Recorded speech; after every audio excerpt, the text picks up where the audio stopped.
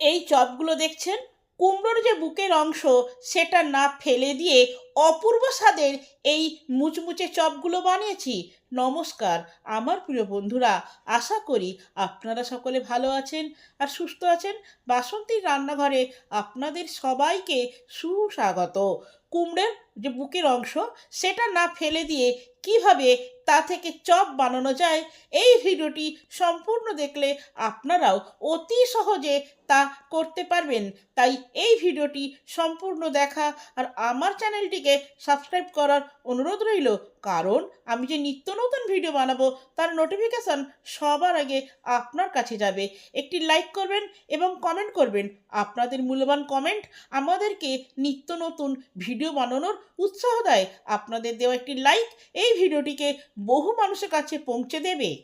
কুমড়োর বুকের অংশের চপ বানানোর জন্য যে উপকরণগুলো লাগবে সেইগুলি হলো একটি সেদ্ধ আলু, 10 পিস রসুন কুচি, 1 টেবিল চামচ আদা গ্রেট করা, 3টি কাঁচা লঙ্কা কুচি, 1টি পেঁয়াজ কুচি আর 1 কেজি কুমড়োর যে বুকের অংশটা আছে সেটা। কুমড়োর এই বুকের অংশটা না ফেলে দিয়ে এটা দিয়ে কুমড়োর চপ বানিয়ে ফেলুন অপূর্ব স্বাদে, যা একবার খেলে বারবার এইভাবেই বানাবেন, তখন আর কুমড়োর বুকের অংশটা আর ফেলে দেবেন না।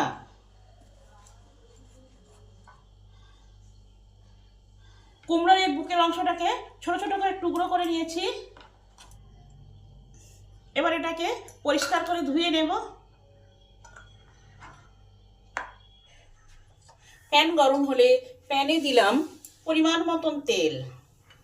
তেল গরম হলে তেলে দিলাম 1/2 চামচ গোটা জিরে, লঙ্কা কুচি আর রসুন কুচি। জিরে লঙ্কা রসুনটাকে ভালো করে ভেজে নেব।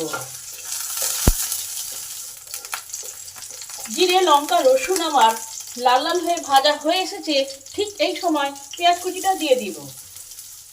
পেঁয়াজটাকে তাড়াতাড়ি নরম করার জন্য পরিমাণ মতো নুন দিলাম। পেঁয়াজটাকেও একটু নরম করে ভেজে নেব। পেঁয়াজটা লাল লাল করে ভাজা হয়ে এসেছে, ঠিক এই সময় কুমড়োর যে বুকের অংশ বা ভুঁতি সেটাকে ভালো করে ধুয়ে এতে দিয়ে দিলাম।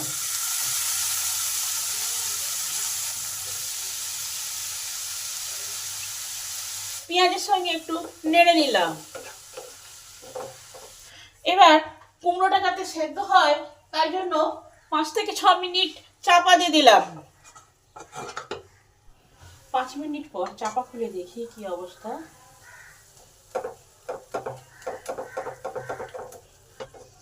কুমড়োটা আমার ভালোভাবে সেদ্ধ হয়ে গেছে।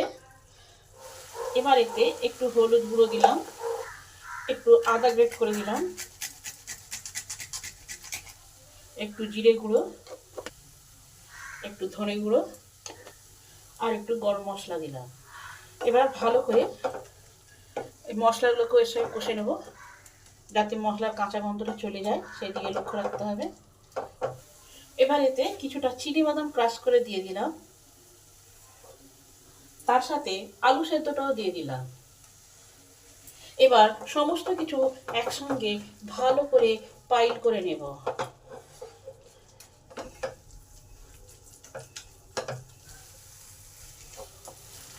সামান্য পরিমাণ লঙ্কা দিলাম, টেস্টে ব্যালেন্সের জন্য 1 চামচ চিনি দিলাম। এবার এটাকে চপের মশলার মতন একবারে শুকনো শুকনো করে নেব। বাইন্ডিং এর জন্য 1 চামচ সুজি দিলাম। আপনারা ময়দা, বেসন, ছাতু বা অ্যারারুট বা চালের গুঁড়ি যেটা সামনে থাকবে সেটাই দিতে পারেন।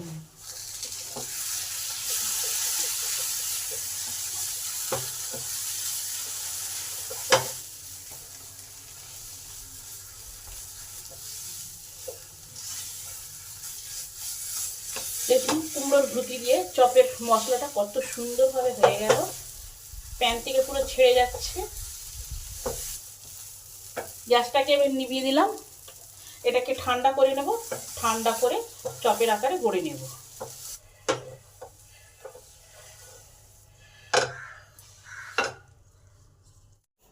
এবার একটা বড় বোল নিয়েছি, এই বোলের মধ্যে বেসনটাকে দিয়ে দিলাম,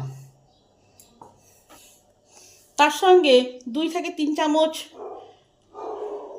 চাল গুঁড়ি দিলাম, লঙ্কা গুঁড়ো, হলুদ গুঁড়ো,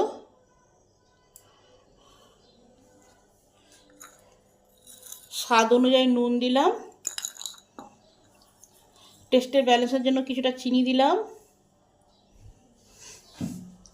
এবার অল্প অল্প জল দিয়ে একটা ব্যাটার গড়ে রেখে দেব, যেরকম বেগুনি ভাজে ঠিক সেই রকমই। ব্যাটারটা হবে খুব স্মুথলি, কোনো গুডলি বা লাম্পস না থাকে সেই দিকে লক্ষ্য রাখতে হবে।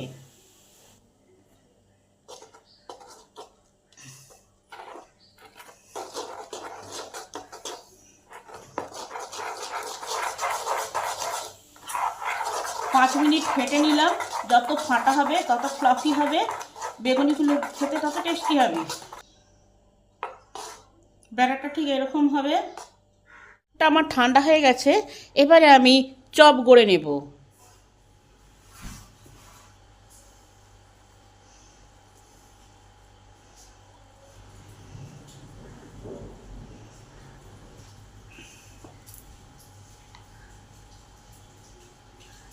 চপটা আমি লম্বা আকৃতি করব, আপনারা আপনাদের পছন্দ মতন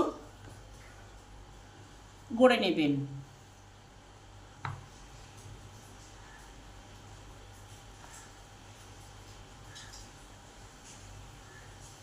এইরকম শেপ করে নেব সবগুলোকে। চপগুলো আমার সব গড়া হয়ে গেছে। এক একটা চপকে কিছুটা ময়দায় কোট করে নেব, যাতে ভেঙে না যায় সহজে, সেই জন্যই।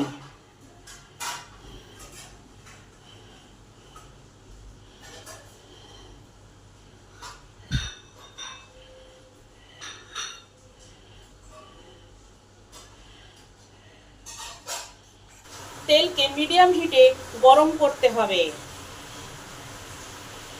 তেলটা আমার মিডিয়াম হিটে গরম হয়ে গেছে।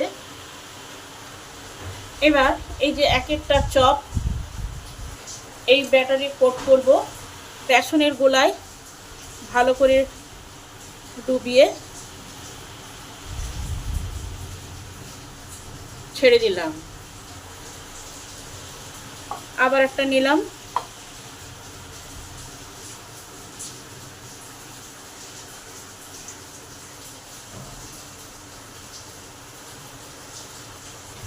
গ্যাসটা থাকবে লো টু মিডিয়াম হিটে, বেশি হাই হিট করা যাবে না।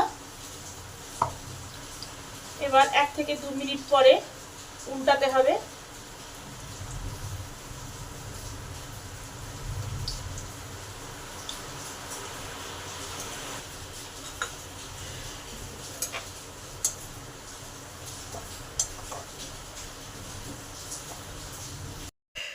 চপগুলোকে উল্টে পাল্টে গোল্ডেন কালার করে ভেজে নিতে হবে, আর গ্যাসটা সিমে রেখেই ভাজতে হবে। চপগুলো আমার সোনালি কালার করে ভাজা হয়ে গেছে, এবার নামিয়ে নিলাম। বাকি চপগুলোকেও এইভাবে উল্টে পাল্টে গোল্ডেন কালার করে ভেজে নেব।